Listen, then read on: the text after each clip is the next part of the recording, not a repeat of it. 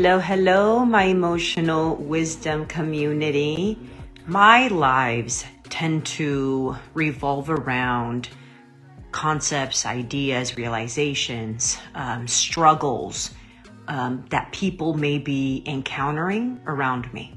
Either my clients, friends, personal issues. Let's say I encounter a struggle, a trigger, and I feel that trigger may be invaluable. Every emotion, feeling is valid for a platform. Every emotion, feeling, sensation in the body is valid to have airtime, to be spoken about, to be heard, seen, felt into, surrendered into, understood, acknowledged, and validated. I tend to see what's common, what keeps on popping up as a common denominator. And then I get the cue and I say, okay, this is definitely a moment where I need to talk about this subject because it's coming up too often. So that's how basically I establish which topics I'm going to be discussing will be what I'm encountering to be the common denominator or a common trait, a common feeling, a common struggle. And today's topic is going to be about vulnerability, because people, when they hear vulnerability, they have different definitions. Obviously, they're filtering their definition according to their perception of and their own experiences with the word vulnerability. So obviously they're going to have a different perspective on vulnerability. Everyone's going to have their own filtered perception, perspective, definition of vulnerability. And it's all going to be based upon their life experiences with that word. What do you mean, Josie? An example. If one decided to become vulnerable, right? And all of a sudden they suffered a negative consequence, one that was very traumatic, one that was very noticeable. They're going to see vulnerability as a liability. Let me repeat that. They're going to witness vulnerability as a liability, as if it's dangerous to be vulnerable. And they're going to equate vulnerability with those experiences and then choose to no longer be vulnerable or whatever, or define vulnerability as weakness. Another person, speaking of weakness, can see vulnerability as weakness. Oh, if you are always crying or you're emotional, that's weak. That's being vulnerable. And I don't want to be vulnerable. I want to be strong. See, everyone has their own perception, their own definition according to the way they lived their life and how they were introduced to vulnerability. The word, how that word was bounced back to them, and how they suffered a result, a consequence, a cause and effect with that vulnerability concept, intention, okay? However, I want to talk about what vulnerability means to me.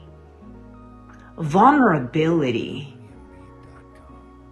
is us being courageous enough to choose to be in a state that's very vulnerable, to the point where we're feeling emotions that once upon a time as a child were too big for us, to where we deem them as our biggest threat. And so what we did to survive and self-regulate and manage and strategize, we decided to push them away and close our hearts so it doesn't hurt as bad. So for me, vulnerability is being courageous enough to intentionally choose with your free will to feel those emotions again. To feel the traumas, the pain, the disconnect that we experienced in childhood and or in our adulthood. because whatever's happening today in our adulthood is a mere reflection of how you experience life, you navigating through your felt perception in childhood. So what's happening today in your adulthood is really just echoes of how you processed life in your childhood, if that makes sense. And so you're now this collective being of personalities that kept you safe whenever you encountered struggle, emotional chaos, threat. You see, obviously we're wired to self-preserve. So we are going to create strategies, personalities, characters, traits that are going to keep us safe and protected. Now, again, going back to vulnerability, because vulnerability is huge. Vulnerability is really our gateway. Vulnerability is literally the thread that connects our ego to our soul. Vulnerability, being in that state of vulnerability, is holding the ability to feel. Feelings, emotions are the meat of life experiences. They are the meat of life experiences. At the end of the day, you want to fall in love. Why? Because you want to feel something. Why are we searching for love? Why are we searching for our soulmate? Why are we searching for the one? Why are we searching? Because we're wanting to feel some type of way. So the key thing is feeling. Why do we want to achieve our goals? Why do we want to achieve our dreams? Ultimately, why? Because we want to feel accomplished, enough, and whole. But really, we really want to feel just more fulfilled. So at the end of the day, we're fighting for a feeling. We're striving to achieve a feeling. Yet the irony is we want to push our feelings away. If they don't suit us, if they're uncomfortable, if they're painful. And newsflash, if we all suffer trauma, all of us, guys, all of us, we just can't seem to pinpoint it or distinguish it or identify it because we made it normal. We normalized our level of trauma. But trauma stems from so many different ways we can suffer confusion and trauma in the body as children. In so many ways where someone may think it's normal, guess what? That normal thing you did with your child or the thing that they did, mom and dad did with us, that you remember caused pain, yet society makes it normal. Now you've decided to minimize, push away, not validate that part of you that suffered pain because it's normal. You should get over it. In other words, you're taught, you're embedded. And as you're growing up, you're seeing that thing that pained you, that hurt you so much, is actually normal. So what do? Is you're going to push it away. And it's crazy, or you're going to minimize it, dismiss it. And now you've become the perpetrator. Now, in your own system, right, you're like shaming that part of you that's in pain instead of creating resolve. You're shaming it, you're pushing it away, you're creating it as the problem. Because that's what we taught. We were taught that was normal. So what's the problem, self? Why are you feeling this way? How can I get rid of the way that I'm feeling? And it's sad because that will never get you anywhere. That will never get you anywhere. It's not going to get you anywhere. You trying to sever and stop feeling those negative emotions, those uncomfortable emotions, is not the solution. In fact, you're going to invite more of that. So that is not the solution. That is not the solution. The solution is, how can I understand my emotions? How can I learn to coexist with this function as humans? Emotions is part of the human existence. It is how we're wired. So we can't get rid of them. The goal is, how can we coexist in a way that emotions were intended, feelings were intended to function in the body, to help us navigate through life, to help us find our magnetic north, our North Star. You see, if we're trying to stop feeling, you're going to stop living. Feelings, emotions are the meat of life experiences. So if you're shooting for anything in life, ultimately, if you get to the root of that reason that you're trying to achieve that, is because you're trying to feel some type of way. You're trying to feel good. You're trying to feel accomplished. You're trying to feel enough. You're trying to feel worthy. You're trying to feel whole. You're trying to feel just worthy. So the irony is, here we are trying to push away, stop feeling our uncomfortable emotions. I get it, rightfully so. I mean, I hear you. But that is not the way. That is not the solution. That is not going to make things better, healed, make you feel better. That's not what you need to become aware of. Is you've got to know how to understand your emotions. You have to understand the function of emotions and feelings in the body, instead of making them an enemy, instead of saying you're a burden, instead of pushing it away and saying, how can I stop feeling? Because if you do that, if that becomes your goal in life, because you've had a lot of struggles and you feel so deeply, and you think that the solution is pushing your feelings, your emotions, your sensations away, what you're going to realize is slowly depression is going to start echoing your life. It's going to start piercing its head through your reality. You're going to start feeling less. You're going to start feeling like you just want to be home. You're going to want to feel like you want to just isolate yourself, because you're capping your emotions. You can't cap out. Okay, so this is another thing that I said in a previous video, which I really feel like it's important that you all understand, is you can't cap out your emotions. How can I say this? You can't just say or do to try to not feel your negative emotions, but yet feel and allow your positive emotions to flourish. If you cap out any emotion or any area of emotions, you're actually capping out your feeling ability.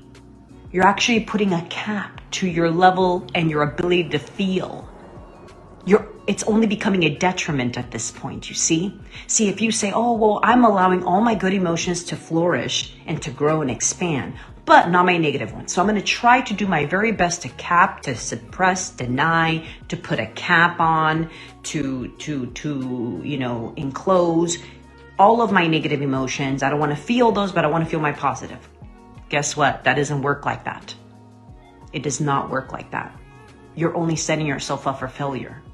Because when you cap one area of emotions because you're afraid or you're resistant to feel that uncomfortable emotion, you're actually, what you're achieving there is you're telling your emotional body you don't want to feel anymore. And if emotions, feelings are the meat of our life experiences, they are the core.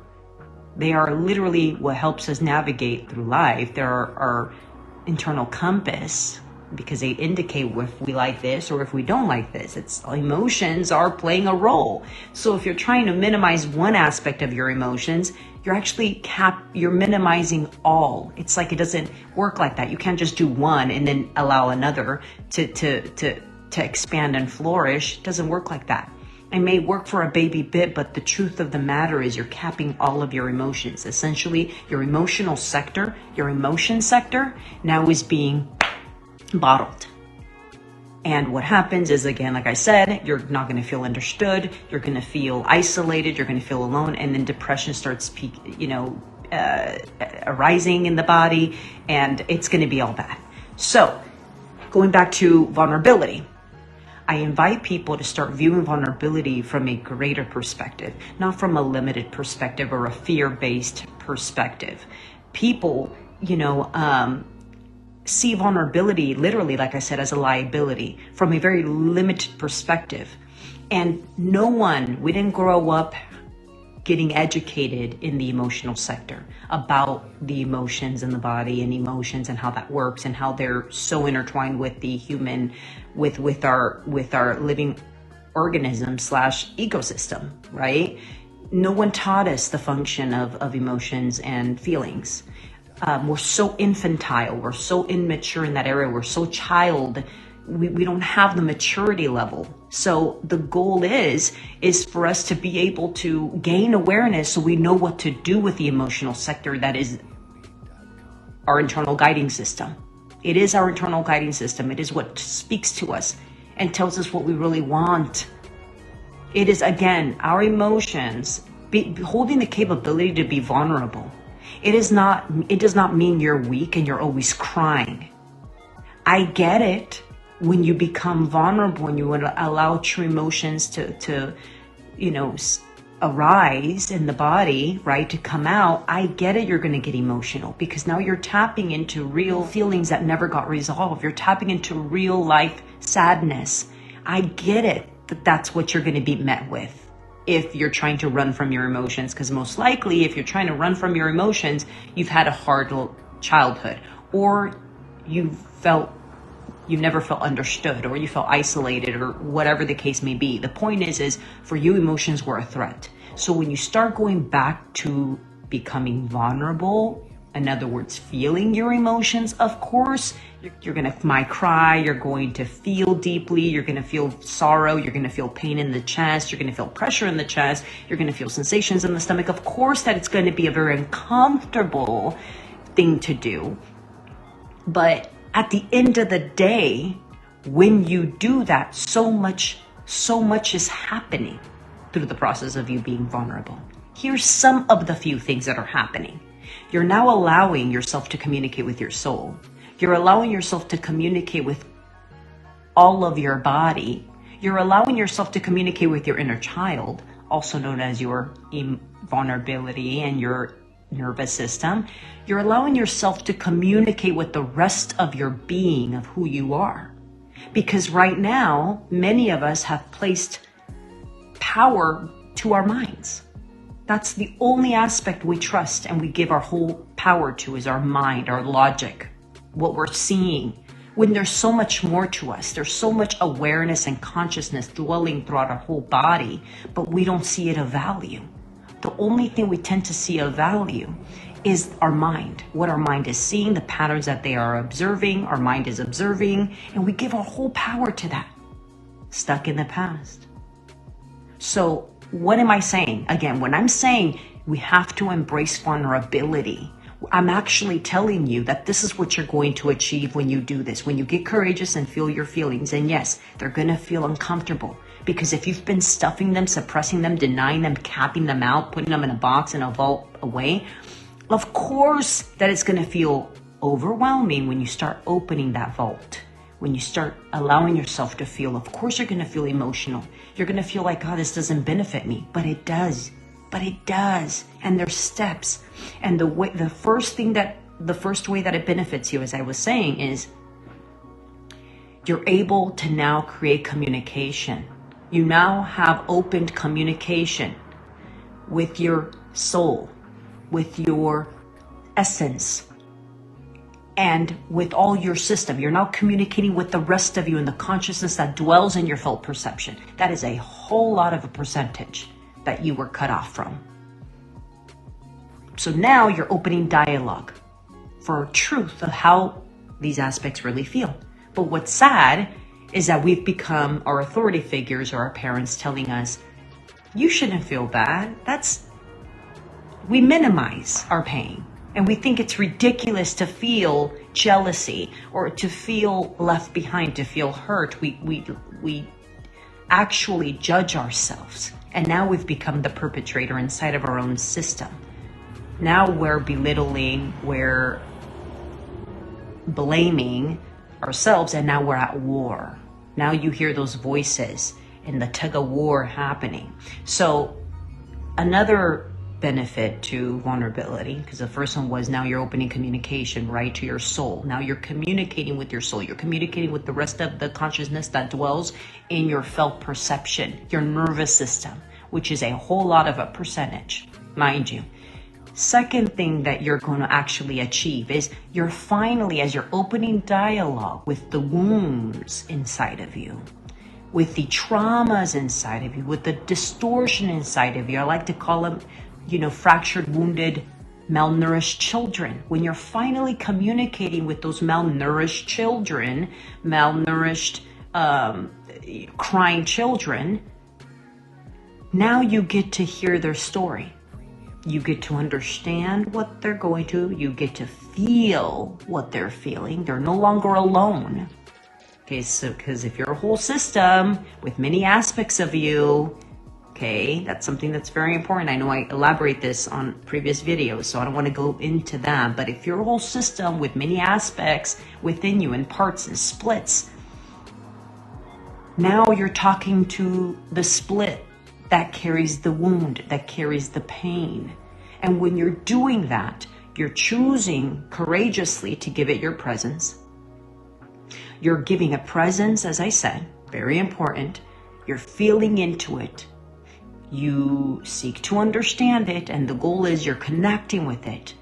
So much so where you'll learn what it needs from you, because it has a need.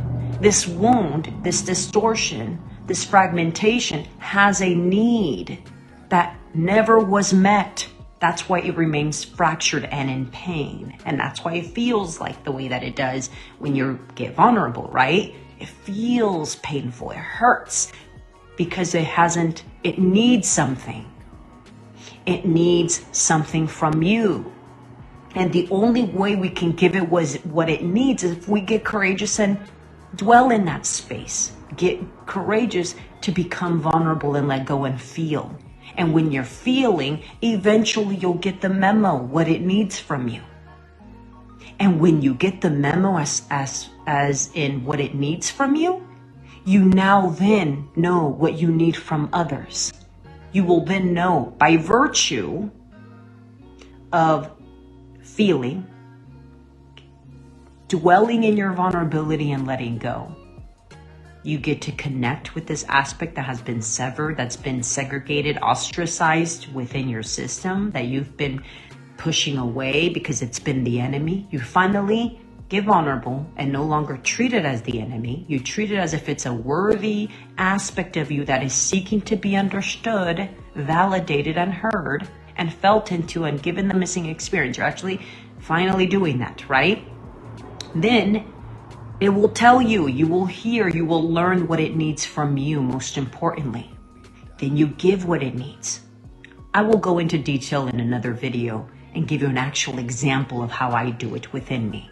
But then it'll tell you what it needs from you. And the irony is 90% of what it needs from you is your attention, you feeling into it, your actual full, unconditional, complete attention and presence. That already is going to make it feel valid and worthy to be acknowledged and be part of the whole, meaning part of you, the rest of you.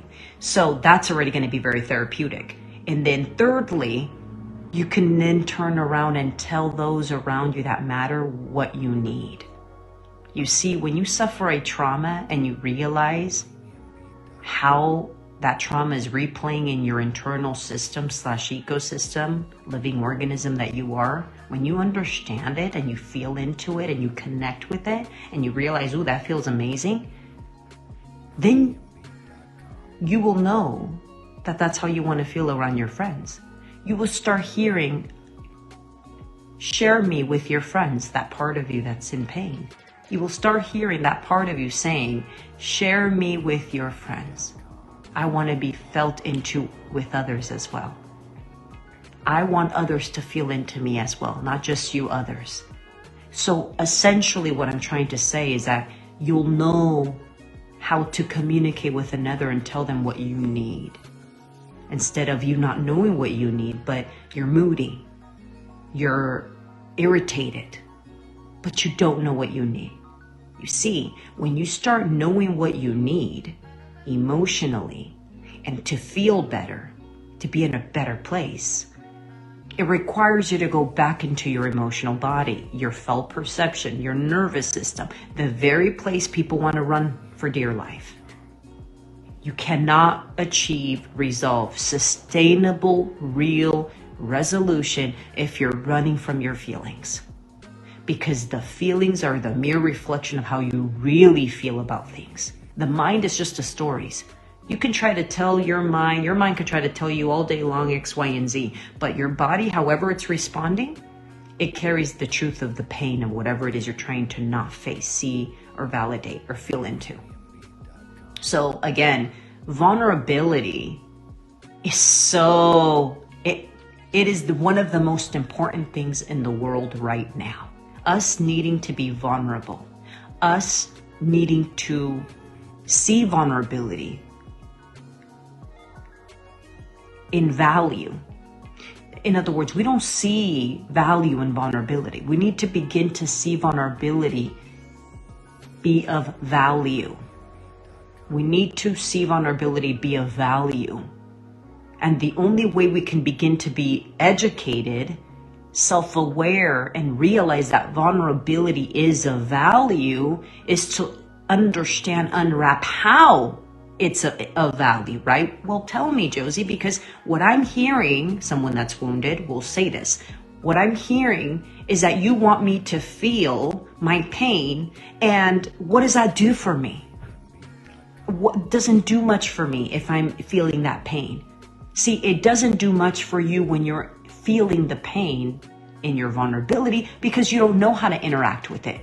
You've been resisting it. You're already looking at your emotion, your pain as the enemy. So you can't seem to create resolve because the relationship you have with your emotions already are so distorted that of course it's not going to feel like a relief to do that right away. You need to understand how vulnerability, the benefit, you need to understand the process of it for people to understand the power of vulnerability and the power of feeling, because people have different perceptions of vulnerability. People have different definitions, and that's okay. I'm not saying it's wrong. I'm just saying it's very dangerous if you have a very limiting perception of what vulnerability means. Because if your definition of vulnerability is weakness, is danger, is vulnerability is a liability, because I might land into a space of depression if I allow myself to feel, and I might not be able to get out.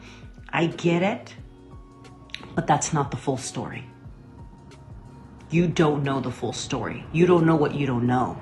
You see, feelings are an internal guiding system. They will tell you what core beliefs, what experiences you've stored in your body that need to be addressed, that need to be integrated, that need to be healed. They're the carriers of information of your past. They are carriers of information of your past, of your childhood, and traumas you never resolved, and confusions and distortions you never resolved. So if we don't begin to embrace vulnerability and choose to be courageous enough to just dive into it, we're going to remain stuck. In fact, our external reality is going to get more uncomfortable. It's going to corner us to feel even if we don't want to. So it'll be a very uncomfortable dance. It's not even a dance, because a dance, I feel it's a symbiosis, right? A conscious choice to work with this thing that you are not familiar with, but you're consciously choosing to work with this external thing or with something else other than your conscious you, right? But when you're resisting, you're literally saying, no, I want no part of you. An internal part within you that is you too. And we don't realize that if we're at war with ourselves, and I know all of you have had experiences where you have a thought or you do something and there's another voice inside of you criticizing you, saying, look what you did. Now you're going to position us in a situation that we don't want to be. See, if you've ever heard a voice, a thought that goes against something you do, or is trying to remind you that you're not worthy or enough, that means the level of relationship you have with yourself is very toxic. let me express it more. I feel like toxic sounds, it would suck, right? If we're dealing with that and then we hear that. But I'd rather use the word distorted. It's very distorted. That, if you have that dialogue internally where you're fighting yourself and you do something, an aspect of you criticizes what you do or reminds you of all the things you did that, and you notice it, you have a committee that's very like judgy or negative or uncomfortable or whatever the case may be, it means you have a distorted sense of perception. That means that as you were developing, you learned to split and become enemies of yourself, and then you created a correctional officer, a police officer to create law and order and start regulating other aspects of you to get better. So as I said, in my next video, I'm actually going to illustrate an example of me, how I talk to the parts of me, how I talk to my pain. I just feel like I don't want this video to be too long, but in my next video, I'm going to talk about an incident of how I was able to go into my emotional pain, the aspect of me that was suffering an emotion as I was experiencing an external incident. So instead of pushing that person further away because I felt rejected, I realized, this is making me feel like this because there's a part of me that's still wounded about being rejected or being rejected ultimately or pushed away. And so I then was able to address myself accordingly. But do you see, I'm aware enough to understand that if something's triggering me out in the external reality, there's something happening inside of me. I'm aware enough to understand that. I'm aware enough to be like, what's happening? What part of me needs me? Because clearly there's a part of me that's hearing something that is hurting.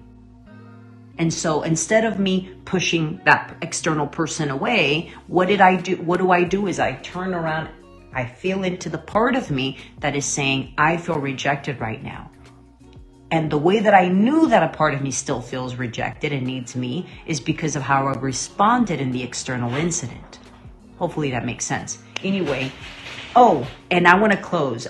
There's a spiritual catalyst that I absolutely adore and value. And she, Teal Swan, she has this quote that I absolutely couldn't have agreed more. And she posted this quote today. It says, "Stop trying to feel better. Instead, become better at feeling." Stop trying to feel better. Instead, become better at feeling. Teal Swan, that's a quote from her. She couldn't be more on point. Because the more you begin to get better at feeling, you will know you more. You will know what you want. You will know what you need. You will feel more whole. That's what we're trying to feel. You will feel more validated because you're doing it for you. You will feel more seen because you're doing it for you. You will feel more felt into because you're doing it to you and all the parts within you. And you're not waiting for someone to do it. And then when they do it, if you're not doing it for you, if they do it, you're going to still say, they don't know me. But it's really because you're not doing it for you. So you don't understand that relationship. You're not embodying that relationship dynamic within your system. So I think it's very, very awesome. Also, there's a quote by her that still rings truth, that it continues to be in my radar, right? It's still in my thoughts and in my being. And I try to live by it. And it is, authenticity inspires a new level of vulnerability. Authenticity inspires a new level of vulnerability. The more authentic you want to be, the more you're realizing that it requires you to be honest with yourself / vulnerable. So you know what you need. And you don't have to sacrifice, do things, manipulate people, or manipulate yourself to get your needs met. You're going to go into something being more conscientious about how to get it. But you have to know thyself. And the only way you know thyself really truthfully is by being vulnerable and listening to all of you. Becoming courageous to feel and to drop into your emotional body and feel. So you can understand what parts of you've been suppressing, denying, you've been pushing away. Then you can give it the missing experience, or you can give it what it needs, because you will then know what it needs from you. Oh, it needs me to not do this, or it needs me to do that. It needs me to create healthy boundaries. It needs me to respond like this. And then in turn, after that, then you can tell others that matter what you need. Oh, I discovered this is what I need. So as I'm giving it to me, I would like those that care about me, that love me, to know what I'm needing to feel safe in the environment.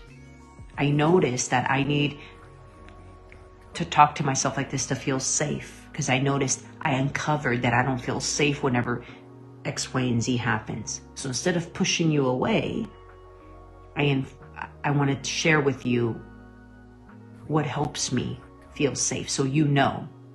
And I don't have to just push you away and assume you don't understand me, and I'll give you the opportunity to understand me. Oh my God, this is so deep. I mean, the way this goes, when you begin shifting your dialogue with self, Jesus, your external reality is going to shift in ways you have no idea. In ways that you'll feel more supported, you will understand what it looks like because you're doing it to you. Anyway, I'm so passionate about this. I get so excited. I'm hoping that I can have a client. I have one in mind where she might be able to come on and we can discuss this, and she could be that testimonial, but in real, like literally have her speak what she's been witnessing through doing this journey of allowing herself to be in vulnerability. And understanding that dwelling in her emotions is the only way, since emotions are the meat and feelings are the meat of life experiences. Dwell in them so she can get ultimately what she wants. Because at the end of the day, we're all trying to get our needs met, but we're doing them in very distorted and dysfunctional ways that backfires and explodes in our faces. And then we blame feelings when it was really our coping mechanism, our strategies to survive that got us in that pickle, and so, yeah, I'm hoping that this person will agree and we can do maybe a live or just a video, and I can post it. Anyway, with all the love and full acceptance, Josie.